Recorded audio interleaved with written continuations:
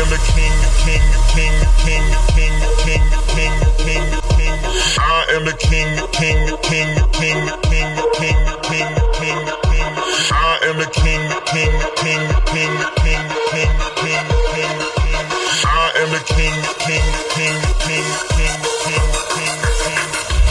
I am the king. Today on the Kings of the Village, we have a special guest for the entire program. We're going to be talking to Sammie Arnold. He's candidate for District 24 in Missouri. We're going to be talking to him about several topics about how he's going to change the world and the war on Black America. You don't want to miss this. He'll be here the entire show. It's Sammie Arnold next.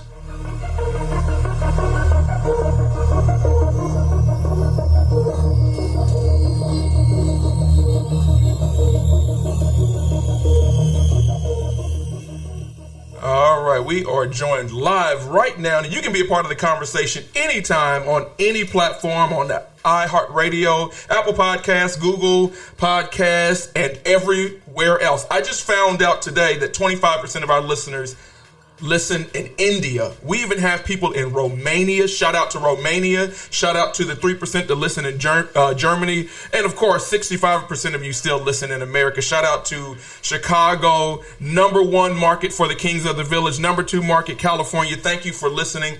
We appreciate you. We are joined live right now by Sammie, the man who's going to change the world, the man who's going to be running next to Joe Biden, the man who's going to be working with Obama to change the world. Welcome, Sammie, to the show. How you feeling? Welcome to the show.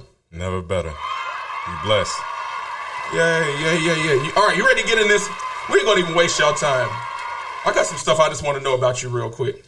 So before we get into it, tell me a little bit about your background, and then I'm interested in why a 24-year-old black man wants to run for office of any kind. But tell us a little bit about you, where you went to school, where you living at in the city, and all that kind of stuff. You got a girlfriend, you got 5 kids on the way. What's popping with you? Look, I'll give you something. Not all of it though. We got to keep something in.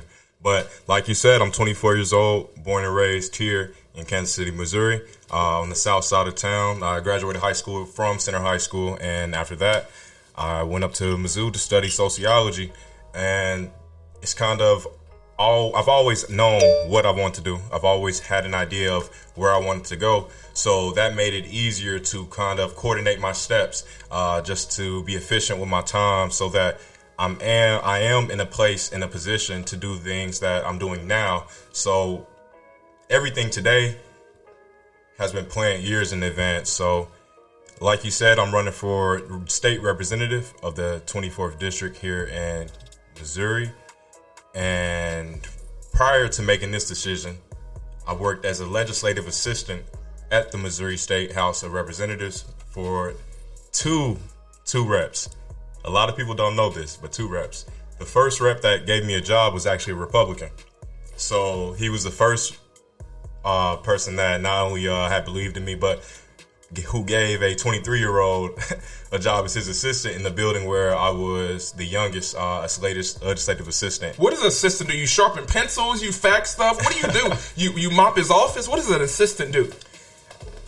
Interesting, because you didn't do nothing. Anyone that knows or has worked in the field of politics know that the assistants, the staffers, the people who are on the boots to the ground, they actually do a lot of the work, a lot of things. So while being a legislative assistant, I was kind of like the face of the office from like a community standpoint. So when people would call in, I would be the one kind of facilitating their problems to create solutions, So it was definitely an interesting opportunity working for the Republican rep. But then shortly after, I switched offices and worked for a Democratic rep who is now a city councilman here in KC. So big shout out to Brandon Ellington. Gang. So it says growing up as a young black male, the oldest of 4 kids to a single mother, you were bound to come across many obstacles. What were some of those obstacles growing up, and what did you, and here's my thing with this and why I'm asking,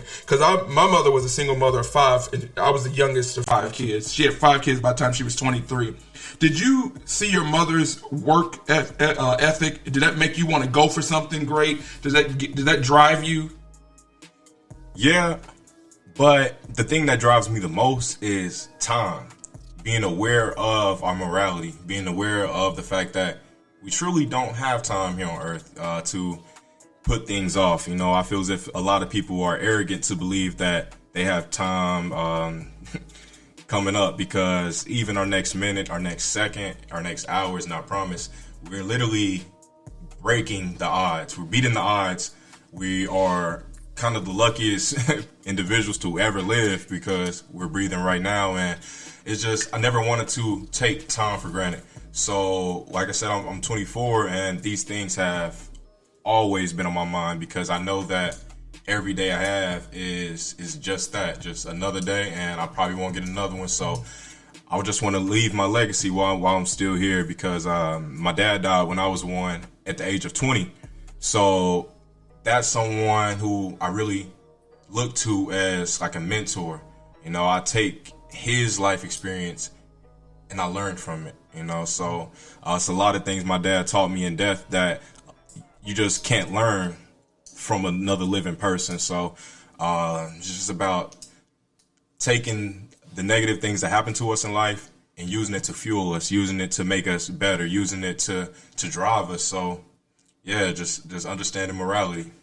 So I found out, doing some research for the show, that you was the alpha man, that you pledged. And how has that, working with the alphas, pledging, crossing the line, how has that impacted you professionally and personally? Because we do know the reason, for those who have never pledged a fraternity or a sorority for women, how you continue to build a network of brother and sisterhood and how important that is. How has that impacted your life? It's definitely taught me a lot of things, not only about myself, but my connection to others. Like you said, it's a fraternity. It's a fraternal of brothers. In the poem House of Alpha, men unacquainted enter, shake hands, exchange greetings, and depart friends. So it's kind of entering the room with people who you at some time in your life have come to a decision that is similar, you know, something that everyone can relate to. And it's kind of identifying that with your connections with anybody, figuring out that point where y'all relate to, and just how different we are as people. You're not gonna relate on every level with someone, but that one point where y'all both have had similar situations, then it comes to that understanding. So just becoming an alpha was never something I had planned on doing. I never had known anything about MPHC. I never had known anything about Greek life, because I never known anyone that had went to a 4-year D1 university. So it was never something that I wanted to do. Just me being the person I am, I really want to be as self-made as I possibly can be, because we live in a world where so many people aren't. And going into college, I had the unique experience of meeting other black men who are not only working towards their goals, but who are all looking for the exact same thing. Other black men that to support and that they can relate to, especially going to a PWI. So when I got to Mizzou, I really wanted to make a name for myself, because one thing with Alpha is it's the school for the better making of men. You know, just being a part of a fraternity won't make you anything. All what it's supposed to do is supposed to enhance who you already are as a person. So like I said, when I got to Mizzou, I came across a lot of guys who were going out of their way to make sure that I was okay, not because I was a potential candidate for their fraternity, but because I was another black man in a unique space that wasn't meant for us. So it's kind of just about being there for each other. So like I said, I didn't really have that prior to, so they taught me a lot about emotions, a lot about just talking, because when you're in a fraternity, you represent not only yourself, not only the fraternity itself, but the group of guys that are under the same umbrella. And that has translated even here professionally, because now understanding these connections, now I'm better able to not only relate to someone, but to find that intersection where a relationship can be built on. So just finding that area where two people have in common.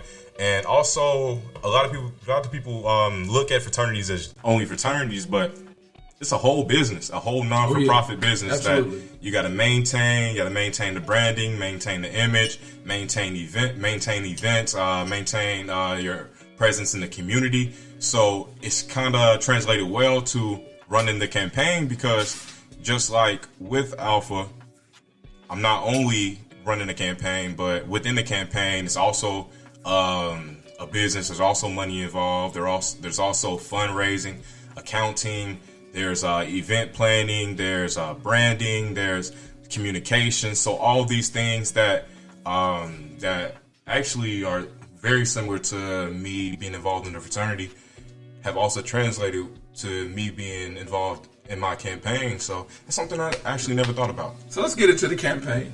And let's talk about politics. So why in the world will you be running for District 24? And explain with District 24, how big it is, what it is, and what you plan to do in the district. Okay, I got If you should win. If hopefully.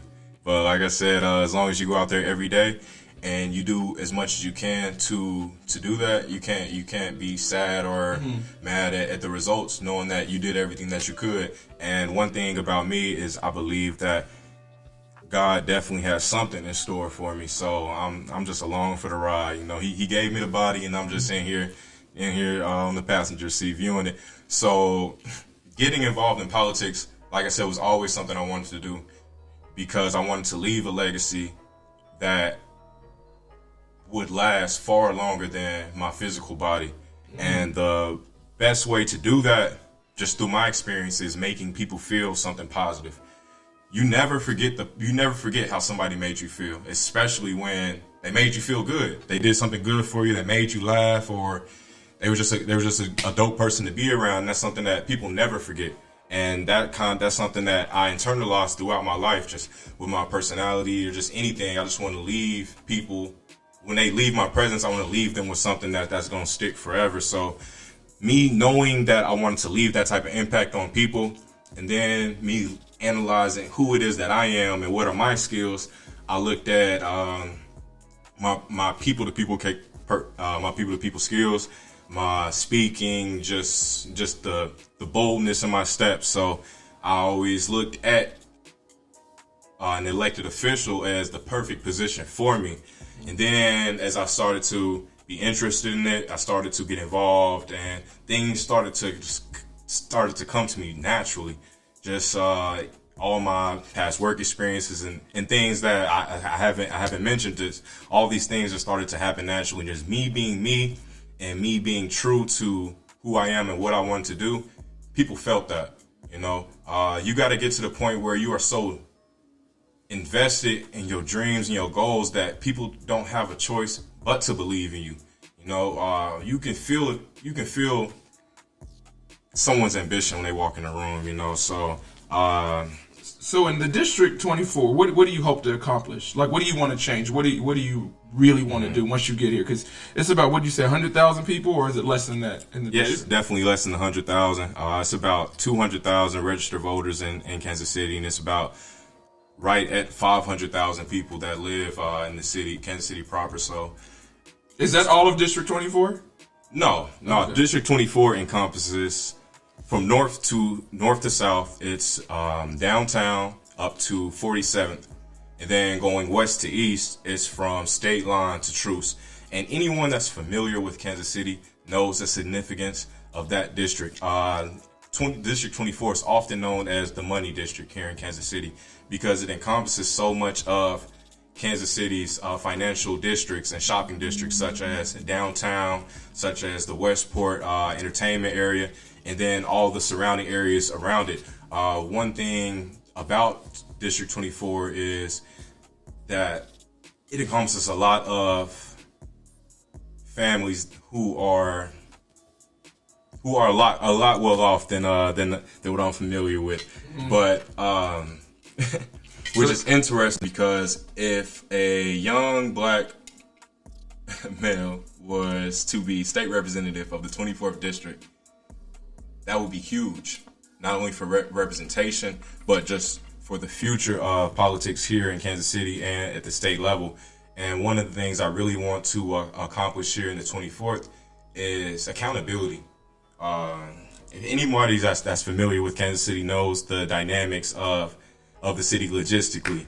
They know the south side, the east side, the northland, and the west side. And District 24 encompasses a lot of the west side. So I really want people to understand that this is all of our fight. And a lot of times those people on the west side of truth, kind of excluded themselves from what's going on in the city because of what people would like to think as the east side, think of the east side or the south side. So it's kind of relative to what's going on with the protests, where we're seeing a lot of people speak out for black injustice, and you got everyone coming together. And it's like, if you want any change to be done in the city, that same effect has to happen on the city level, where even though 100 people aren't dying on the west side, it still impacts you because people in our community are dying. And so just raising that accountability level on the west side, because when we all come together, it's a lot that can be done for sure. Well, good. I'm glad you mentioned the protests and the movement that is happening in the world. Because Kimberly Jones, I'm not sure how much you know about this, and one of the things she's most popular for recently is she said, "You are lucky we are looking for justice and equality versus revenge." How do you stay positive in a time like that and running?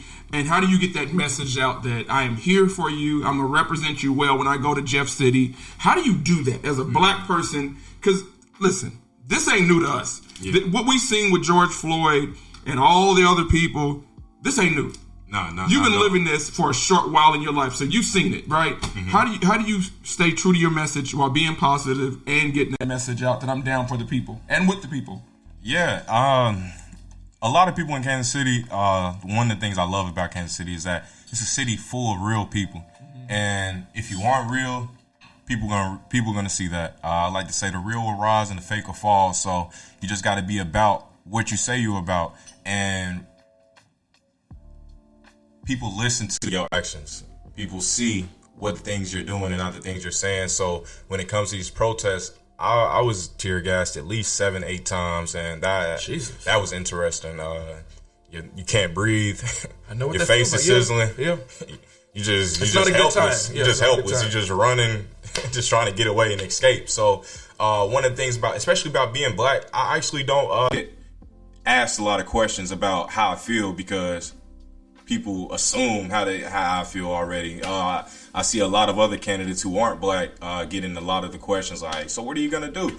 Like you just said, we live this. As a black male, I have experienced a lot of the things that everybody else has experienced, and when you're true to it and you living in it, this is a subject that I could talk about any day, whether the protests have happened or not, because this is something that I know that I have experienced in, and I love what's going on. I love it, because you're reminding the establishment that the power is within the people, and it has always been.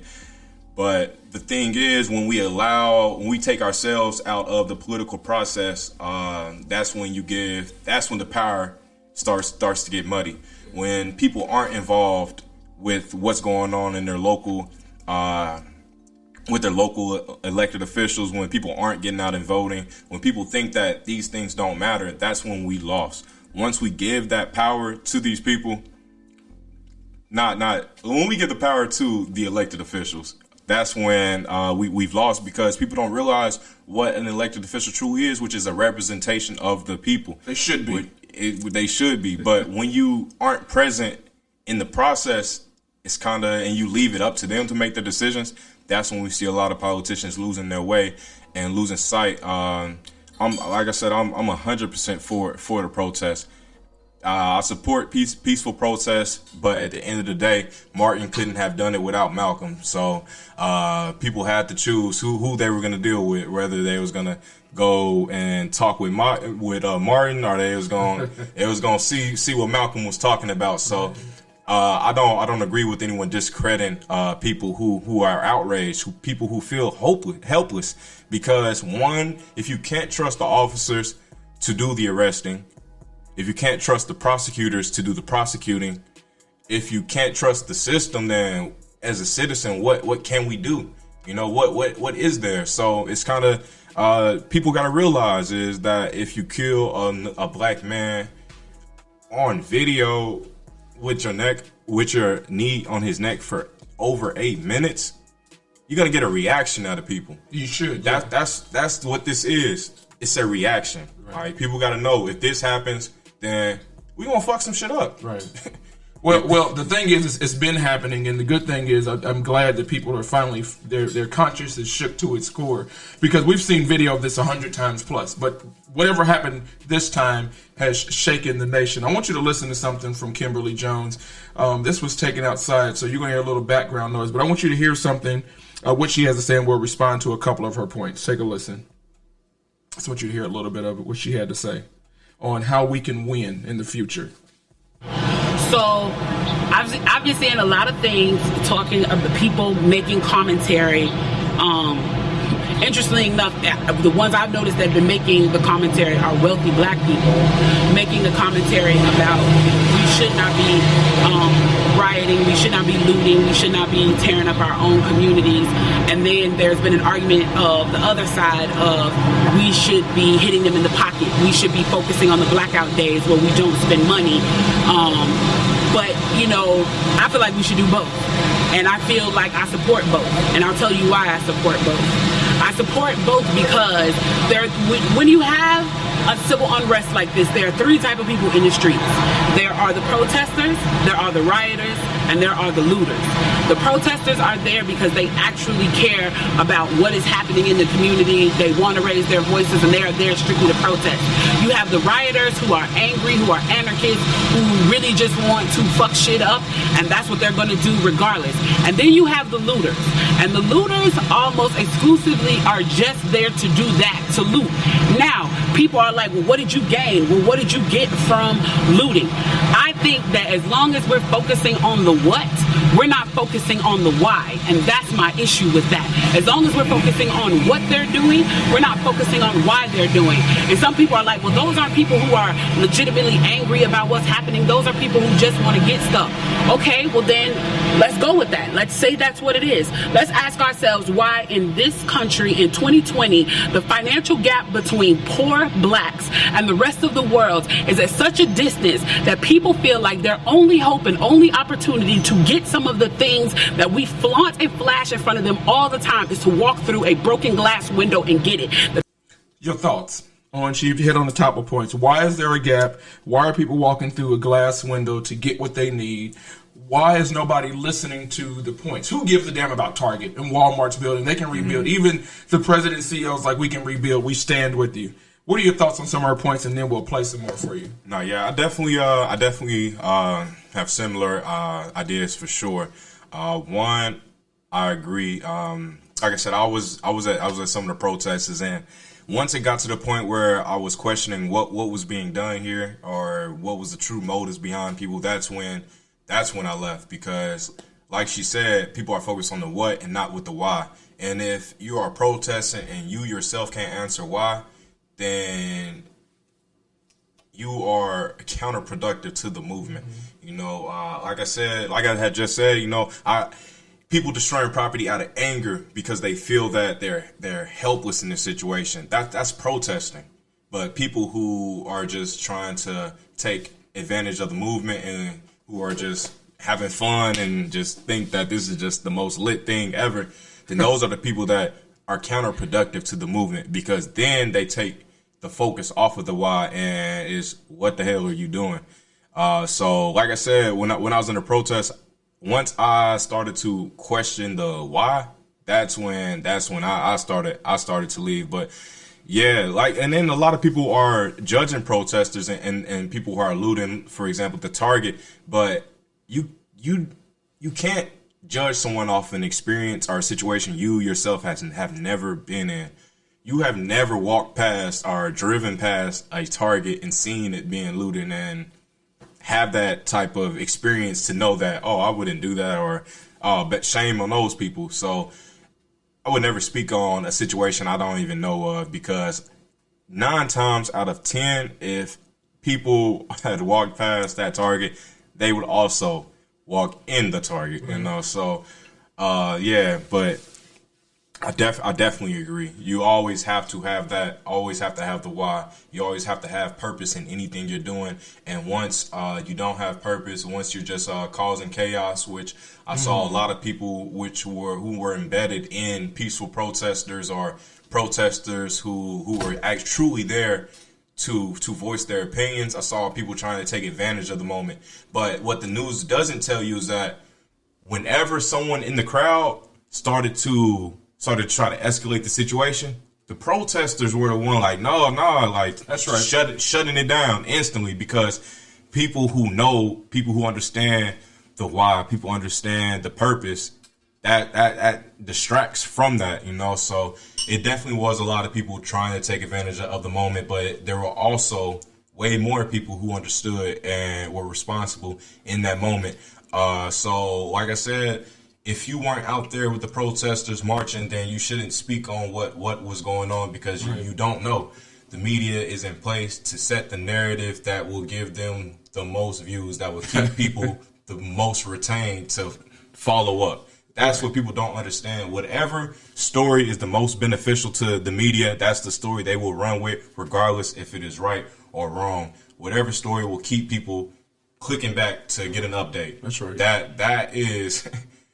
That's literally their purpose. And once you give that power to the media, and what I mean by that is once you lose sight of what their true intentions are, then you are giving the power to them. Now they're in control. Now they're winning, because now they're setting a narrative, and here you are engaged in it, because you don't know what's going on because you weren't there. Now you're just picking up any little scrap and making these opinions and assumptions on these protesters, when this is our city. This is the city of the people who live here. Like, the police are sworn to protect and serve the citizens. Everything put in place is here to protect the people that live here. So, like I said, the power is in the hands of the people. And who pay the police salaries, because we pay taxes to pay that. So let's listen to more what Kimberly had to say. They are so hopeless that getting that necklace, getting that TV, getting that change, getting that bed, getting that phone, whatever it is that they're going to get, is that in that moment when the riots happen and if they present an opportunity of looting, that's their only opportunity to get it. We need to be questioning that why. Why are people that poor? Why are people that broke? Why are people that food insecure, that clothing insecure, that they feel like their only shot, that they are shooting their shot by walking through a broken glass window to get what they need? And then people want to talk about, well, there's plenty of people who pulled themselves up by their bootstraps and got it on their own. Why can't they do that? Let me explain to you something about economics in America. And I'm so glad that as a child I got an opportunity to spend time at Push, where they taught me this, is that we must never forget that economics was the reason that black people were brought to this country. We came to do the agricultural work in the South and the textile work in the North. Do you understand that? That's what we came to do. We came to do the agricultural work in the South and the textile work in the North. Now, if I right now decided that I wanted to play Monopoly with you, and for 400 rounds of playing Monopoly, I didn't allow you to have any money, I didn't allow you to have anything on the board, I didn't allow for you to have anything, and then we played another 50 rounds of Monopoly, and everything that you gained and you earned while you were playing that round of Monopoly was taken from you. That was Tulsa, that was Rosewood. Those are places where we built black economic wealth, where we were self-sufficient, where we owned our stores, where we owned our property, and they burned them to the ground. So that's 450 years. So for 400 rounds of Monopoly, you don't get to play at all. Not only do you not get to play, you have to play on the behalf of the person that you're playing against. You have to play and make money and earn wealth for them, and then you have to turn it over to them. So then for 50 years, you finally get a little bit and you're allowed to play. And every time that they don't like the way that you're playing, or that you're catching up, or that you're doing something to be self-sufficient, they burn your game. They burn your cards. They burn your Monopoly money. And then finally at the release and the onset of that, they allow you to play and they say, okay, now you catch up. Now at this point, the only way you're going to catch up in the game is if the person shares the wealth, correct? But what if every time you share the wealth, then there's psychological warfare against you to say, oh, you're an equal opportunity hire.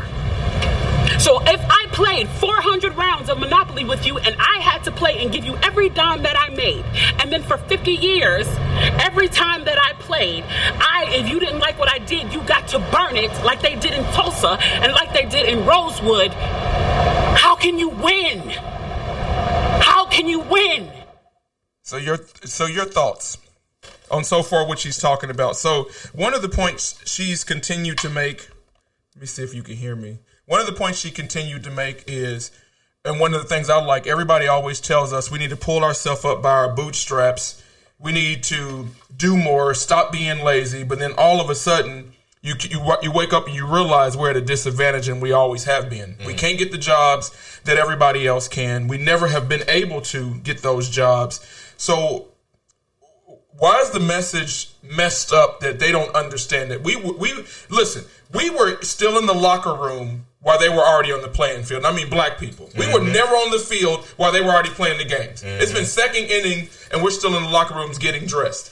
I feel as if people truly will never be able to fathom how long 400 years truly is, and how the effects of 400 years of oppression can take a toll on us biologically, mentally, psychologically.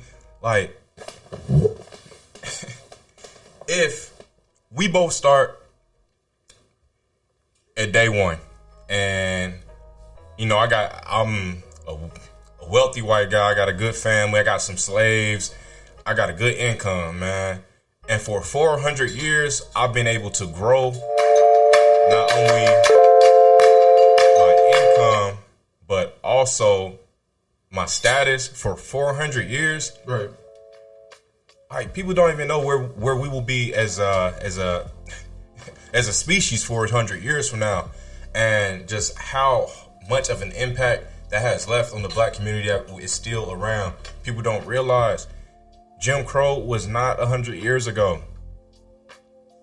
There are still people who have experience of going into eateries or going into residence or whatever the case may be, and segregation. So all these systems that are in place to deter us and keep us where we are, it's all systematic.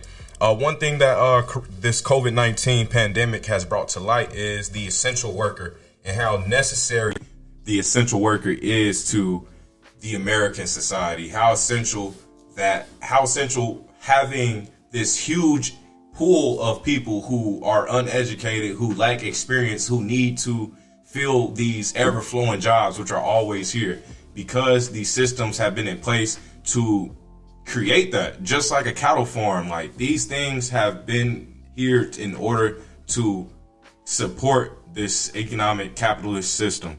Colleges are expensive not because it's just so many resources there. Right. There are a lot, but I don't need to pay $30,000 to go to the library and go into class 2-3 times a week and read out of a book. That doesn't cost $30,000. But what that $30,000 does do is create this huge pool of uneducated workers, because the system has put this in place for that, in order to feed and grow this desire to keep this economy running. Literally, if you look back on our education system, all these different mechanisms that the system uses to weed out who has the potential and who doesn't. Whether it's, for example, in high school, there was a special ACT program prep class that was given to select students who had the potential to go to college. So certain resources was put in place in order to invest in these students who had potential. And any student who wasn't making the grades or had some bad behavior, they were kind of placed into the, all right, whatever, you just do your thing. But it's so interesting, the things that the system uses in order to kind of select who's worthy and who's not. So you get out of high school, now college. Only thing about college is now you got this $30,000 bill. My student loans is probably at about 50,000 right now. Oh, that ain't bad. And that's because I didn't have anyone to be able to like co-sign any of my loans. So everything I did was me not allowing the system to beat me, because I understand the game that is played, and I understand the rules that are in place, and I won't let that deter me, because that's exactly what they want. They want people to stop believing. They want people to stop having ambition. They want people to really settle, because that's what keeps our economy going, literally.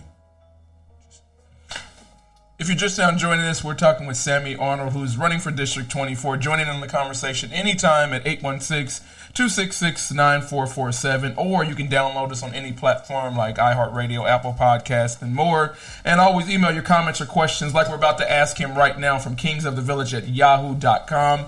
Somebody wants to know, how hard is it to run for office? And what do you have to do, and what are the qualifications? They want to run for office, bro. No, yeah, and that's the dopest part about this, is to be able to inspire, to be able to show people that it truly is possible, you know. And like I said, the system that's in place, I won't let it deter me. But in order to get your name on the ballot, you have to have all your taxes paid. And let me tell you, the process of you'll discover a lot of unpaid taxes going along this route, but. One, you got to have your taxes paid. You have to be a U.S. citizen. You have to live in the district or state or city that you are running in, wherever the case may be. What are some other things? You have to have a valid driver's license. So just all these normal things. So yeah, I walked in on the very last day. I was in and out in about 15 minutes, and here I am on the ballot. But what was the rest of the question? I think you probably answered it. I think they just wanted to know what it was you had to do, and what are the qualifications, and why'd you want. And then you an elected official, so I mean the people determine your qualifications. There isn't. Also, you don't have to be like 38. You don't have to. You can be any age. Oh no.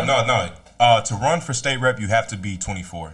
Also, you about to be 25 this year. So yeah, 24 running for 24. Yeah, in the year of Kobe 24, Kobe Bryant. This was the last living Kobe year that anyone will ever have. So it's just interesting that I have that dynamic where I'm 24, running for the 24th, in the very year that Kobe died. Wow. So that's a message. That's something. It's crazy. Like I said, all these things just been happening naturally. I just want my 24 shirt. Like, I just want to ask for it and get a commitment on air that I'm going to get a shirt, a bandana, a mask, something that represents your district. And I just found out that I think I live in your district too. So I think I do. I'm still learning this. I don't know how strict they are on the sides of the street, but yeah, I think you are. All right, I might be paying your salary, so I'm gonna want my hat. We right here on Troost, and we on the right, so we on the east side of the other street, but I don't know if they're that specific. But you don't know. I don't know. You don't even know where we at. You're just representing somebody.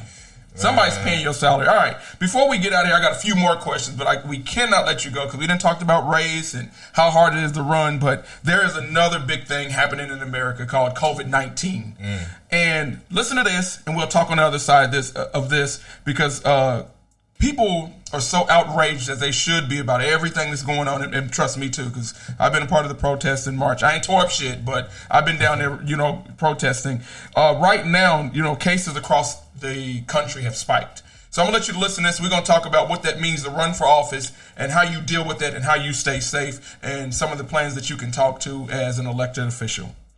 Music City is pressing the pause button this morning, with Nashville's mayor announcing they'll delay a move to phase 3 of reopening following a cluster of new coronavirus cases over the past couple of weeks. So we will continue, hopefully just a little bit longer, with phase 2 while carefully observing our public health data every day. Nationwide, 14 states have reported a 25% increase in COVID cases, including a 93% spike for Arizona in just the past week. Some of that due to new testing. California's governor says his state, which has seen daily numbers increase since Memorial Day, has leveled off in the past couple of weeks and will move forward. This morning, gyms, museums, campgrounds, and hotels will be allowed to reopen in LA County.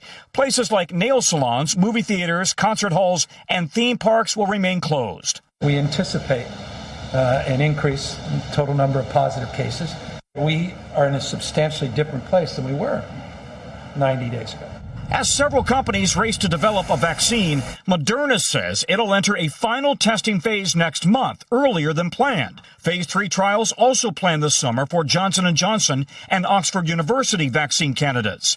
Meanwhile, others are focused on therapeutics and antibody treatments like Regeneron, now testing its drug on humans. We're going to give people the actual antibodies. When we give you these antibodies, if you haven't been infected, it should block you from getting infected. And at Northwestern Memorial Hospital in Chicago, what's believed to be the first of its kind in the country. Surgeons performing a double lung transplant to save a woman in her 20s, her lungs decimated by the virus, seen on the right, compared to healthy lungs on the left. A drastic life-saving intervention with hopes of a full recovery. Yesterday, she smiled and told me just one sentence. She said, "Doc, thank you for not giving up on me." As healthcare providers, there's nothing more gratifying to hear. Yeah, imagine that. Doctors say that some people can take months or years to regain full lung capacity if they've had a serious case of COVID-19. A very small percentage of people would need a lung transplant. Guys, back to you. Yeah, it's hard to believe she was just in her 20s, Tom. Okay, meantime, we talked about the dramatic rise in cases in Houston, Texas. There's some stark warnings there. How bad is it there? Well, the entire state has seen a very big surge in cases. In fact, Texas has now posted its biggest surge in cases since the pandemic began, but a huge increase in Houston itself. And now county administrators are saying they may have to reimpose stay-at-home restrictions. But I'm growing increasingly concerned that we may be approaching the precipice of a disaster. All right, so it looks like, Sammy, that people have obviously, and I even hate talking about it because I felt bad like thinking about it, because the first when I was watching the news, I was like, damn, who cares about COVID? But these are people's lives, especially my mother's 65. That matters, because if she gets sick, she's probably not going to recover, right? And so, yeah, I'm fired up. I'm mad as hell. I've been mad. But we have a responsibility of being safe. What can you tell us or the listeners, and how is it impacting your campaign? Because I know you're one of those dudes who go to the doors, you hold events and town halls. How are you staying protected, and what would you like to say to your listeners or your people? Look, being young, you probably think that you're out here invincible. But like you said, we have a responsibility to the people around us. We have a responsibility to be accountable, regardless of how I personally feel about coronavirus. There are people that are actually dying. There are people with family members who are suffering. So with respect to the people who have been impacted by coronavirus, I could never get out and say anything against it, because, like I said, coronavirus is very real for some people. It's very real. And like I said, I used to work for the mayor of Kansas City and throughout the beginning of the pandemic. So I was kind of responsible. I was picking up the phones a lot too during that time. So I was really hearing what people had to say, and people were really mad about having to stay home. But I'm like, if staying home could save at least one life, I'll do it any day, regardless of if I fear coronavirus or not personally, just because I have a privilege being a young black and young and healthy male, that I have these different privileges where I can walk around and not be worried about getting corona, or I can do this and that without having to think about these things that a lot of people do. So it's just understanding that privilege that I have, just being young and healthy, that other people's just simply don't have. So, like I said, out of respect to the people who have lost a lot of people about coronavirus, I want to do everything I can in order to lessen my impact or effect on it. So with campaigning, this was super interesting, because as a party,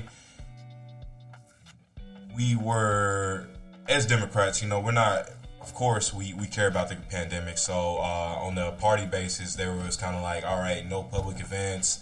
There was a stance that was taken, and I tried to follow it as much as I can, but also realizing that the party doesn't care about you until you are an elected part of the body.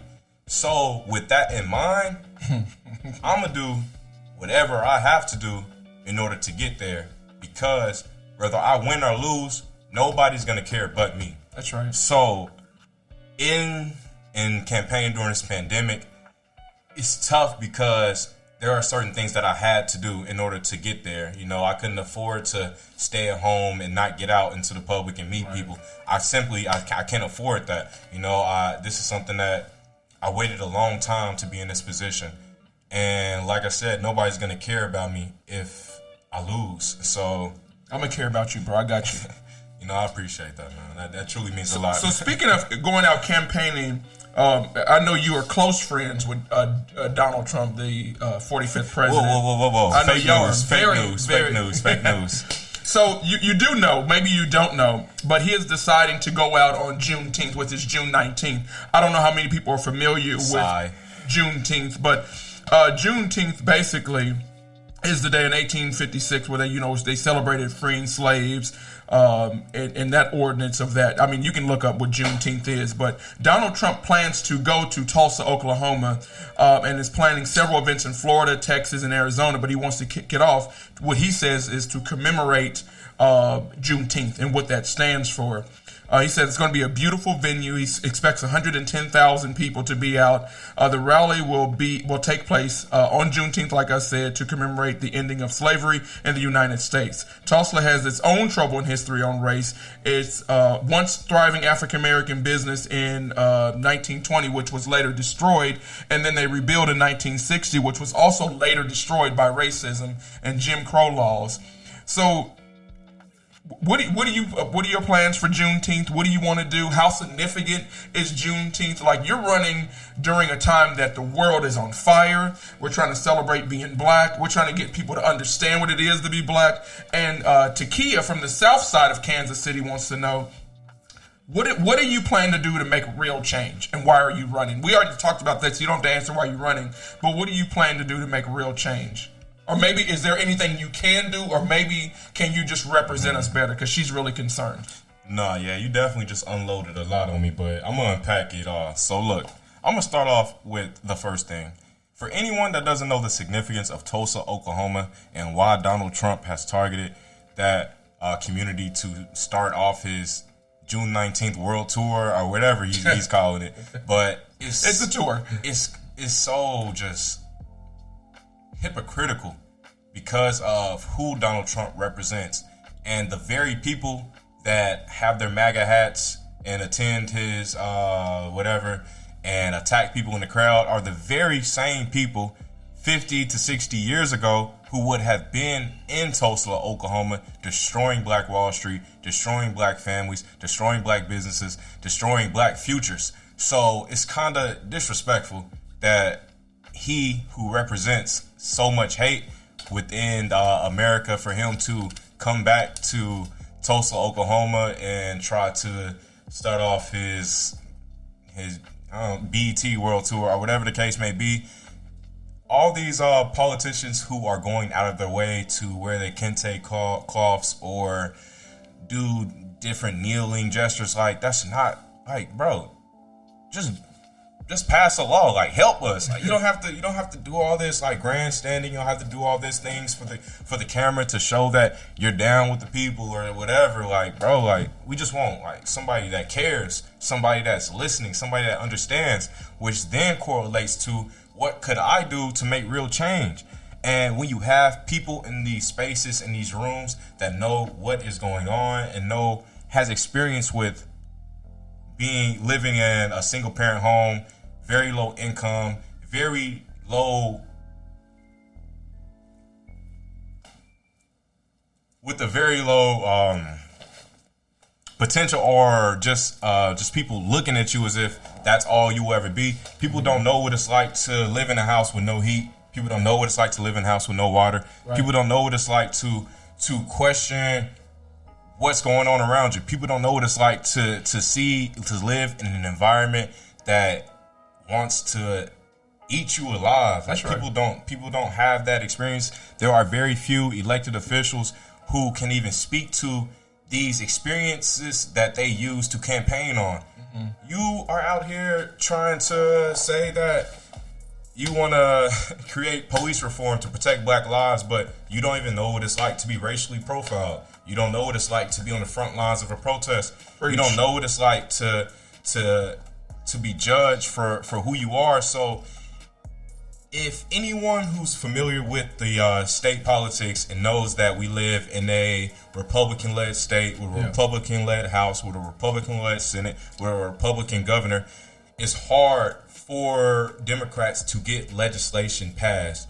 And any representative will attest to that, how hard it is to get actual laws passed. Right. So, in knowing that, what could we as potentially elected officials do outside of passing laws? And it's what? Using our voice, using our experience, using our resources in that room, in that space to put the pressure on folks. And one thing that I believe that I'm bringing to the table that's new is I'm willing to take things, places where they have not gone before, because 20, 30, 40 years of us fighting the same issues from using the same strategies, that's dead because there hasn't been any movement. We still are fighting for healthcare expansion in Missouri. We just now was able to get healthcare expansion on the August 4th ballot. So people that are listening, please vote yes on 2. And August 4th, vote yes on 2 for Medicaid expansion. On 2. Just remember that, yes on 2. All right, we're going to before we let you get out of here, because we only got a few minutes, but we are going to take some questions from Kings of the Village at yahoo.com. Plus, we're on Twitter, Tumblr, Facebook, and everywhere else. And we're streaming on Apple, Google, iTunes. We even have an OnlyFans page. We've done nothing with it, so don't be going to look for that. Yeah, well, listen, I'm telling you, the 25%, now 26% of our listeners are in India. And then the next category is Romania and Africa. That's beautiful. Yeah, so we are all over. So I'm excited. So it's good to hear you. But Paige wants to know, she says, who is he? I've never heard of him, but I love the sound of his voice.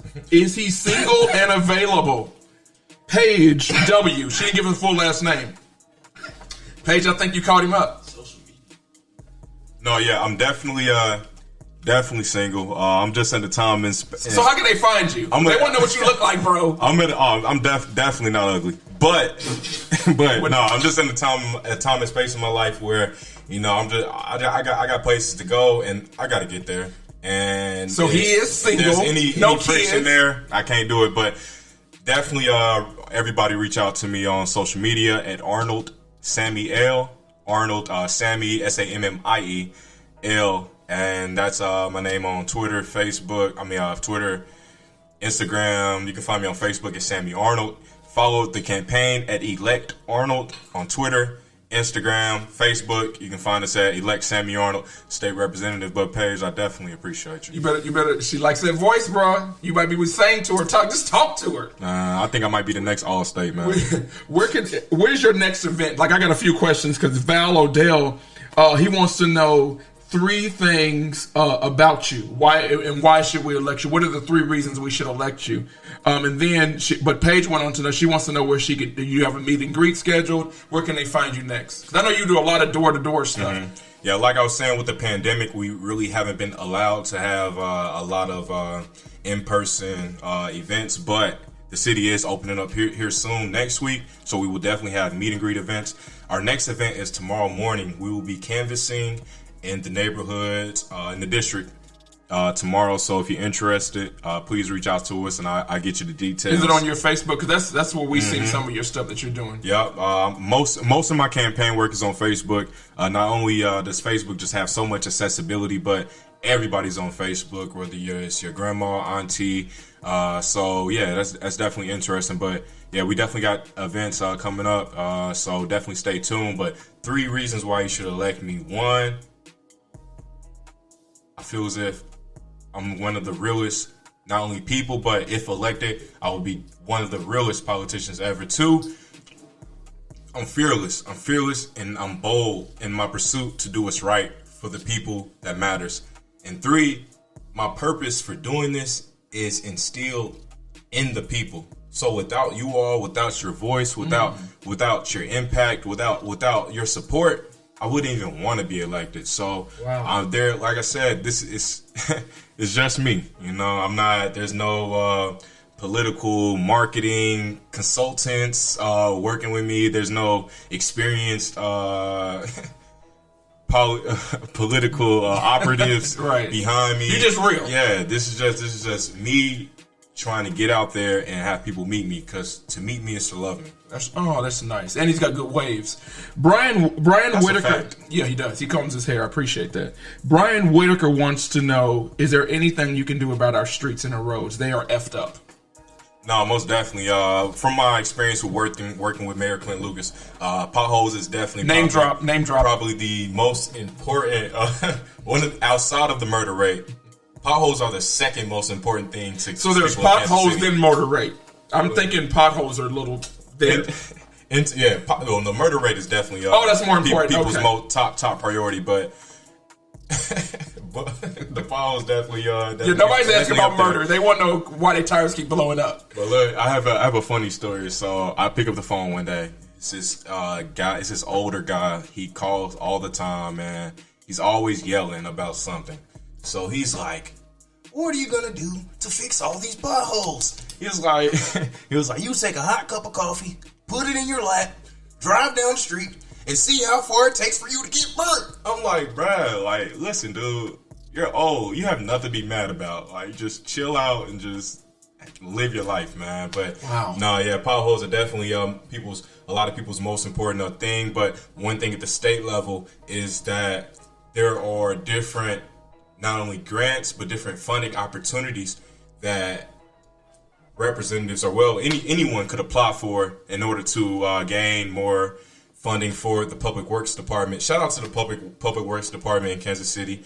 You know, a lot of us here in the city know relatives that work within the city and know how hard it is and the things that they go through. So shout out to them, because I can only imagine the type of heat they get. But at the state level, can work on getting more funding here, whether it's through reallocating funds in the budget to go towards our MoDOT or to create an extension program within MoDOT to assist cities all throughout the state with their potholes, because MoDOT and the state mostly deals in the highways and intersections. But if there was kind of like an extension program that we can get funding for them in order to assist not only with workers, with our equipment, but time, you know, to help our cities out, because I definitely know that this is definitely a huge issue for us. So. Right.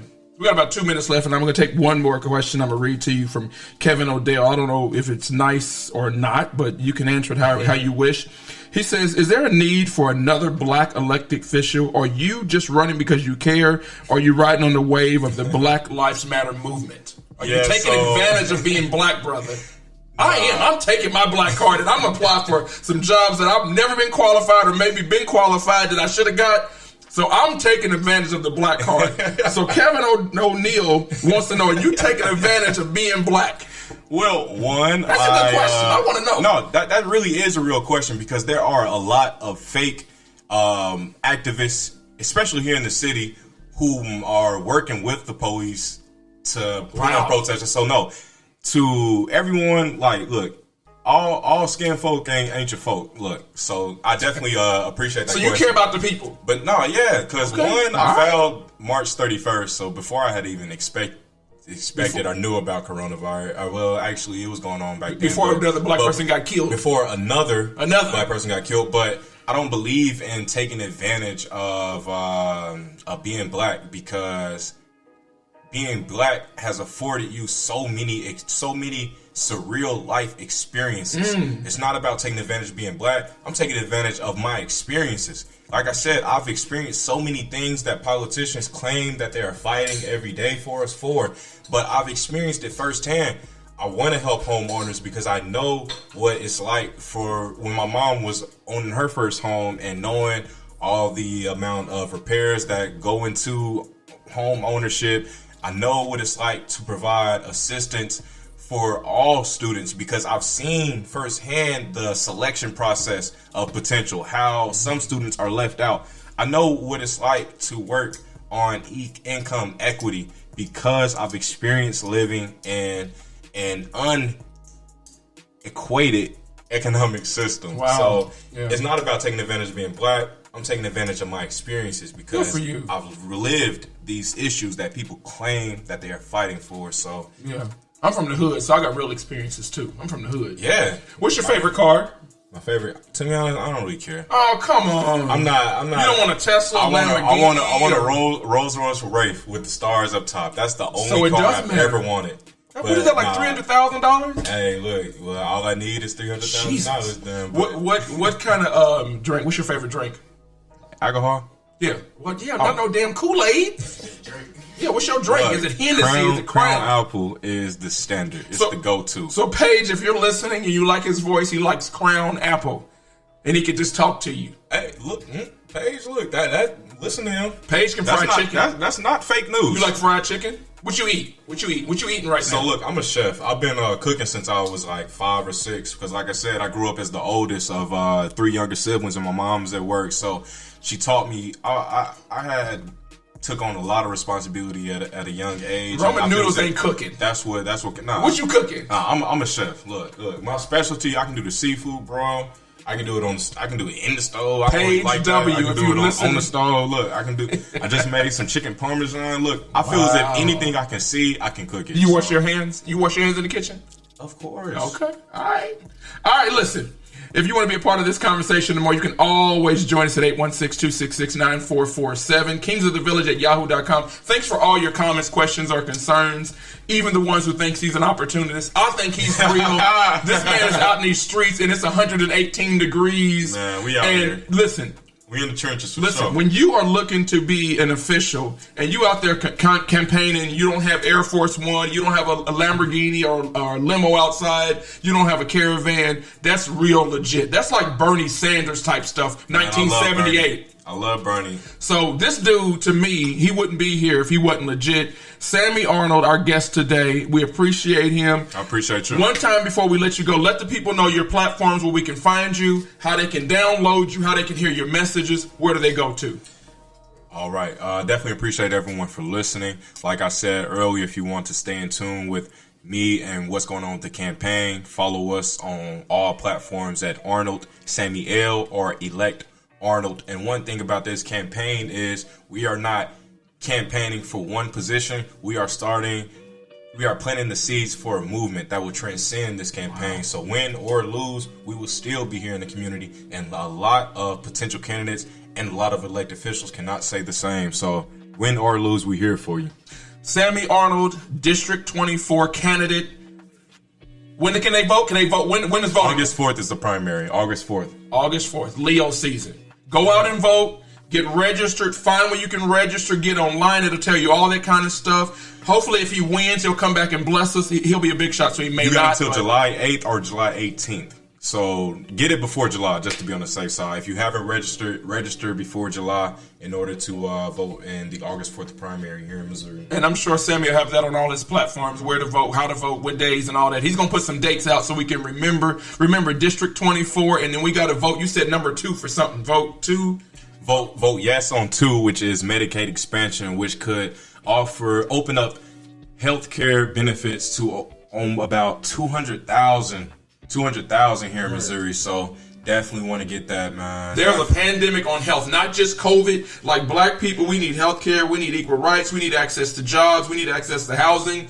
We need stuff. And so people like this young dude, Sammie Arnold, is going to help lead the fight against all that foolishness. Again, we appreciate you. I want you to go out and have a perfect weekend. I'm Stephion. For Sammie and all his crew and all his friends, we're going to reach out and love on him and bless him. 24, 24, and 24. Yes, Good sir. luck to you, my brother, and thanks for being a part of the show. I appreciate you for letting me be a part of it. All right, we'll see you again on the next episode of Kings of the Village, where we'll be talking about more of the war on Black America and the GLBTQ community.